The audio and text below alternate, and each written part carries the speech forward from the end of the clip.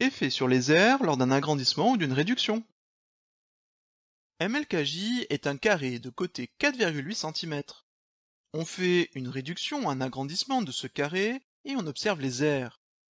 Sur une feuille de géométrie dynamique, on a représenté la situation avec MLKJ, qui est un carré, M, L', K', J', qui est l'agrandissement ici du carré de départ, MLKJ. Cet agrandissement se fait selon le rapport V2 qui est ici égal à 2,6 et que l'on peut modifier soit à la baisse, soit à la hausse. On va se placer pour cet exemple à 3. Cela signifie que ML qui vaut 4,8 cm, le côté ML' vaudra 3 fois plus, et 3 fois 4,8, cela donne 14,4 cm. On cherche l'aire de ces deux carrés. Par définition, l'aire d'un carré est le produit de la longueur par la largeur, qui sont ici égaux. Et on doit calculer 4,8 au carré. Donc sur une feuille de calcul, 4,8 au carré, cela donne 23,04. Cela correspond à environ 23 cm².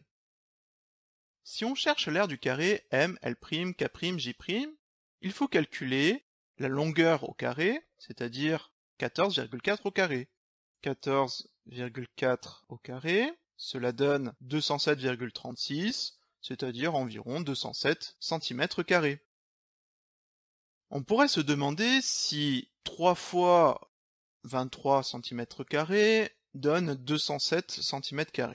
Toujours sur une feuille de calcul, 3 fois 23, cela donne 69, qui est vraiment très loin de 207.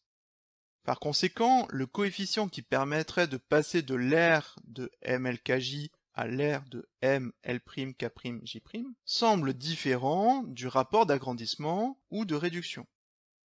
Pour trouver ce coefficient, il faudrait faire 207,36 divisé par 23,04. 207,36 divisé par 23,04. On obtient 9. Et 9, en fait, c'est 3 fois 3, c'est-à-dire 3 au carré.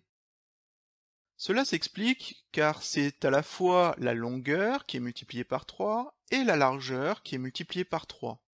Par conséquent, dans le carré image, on pourrait mettre 9 carrés identiques à MLKJ.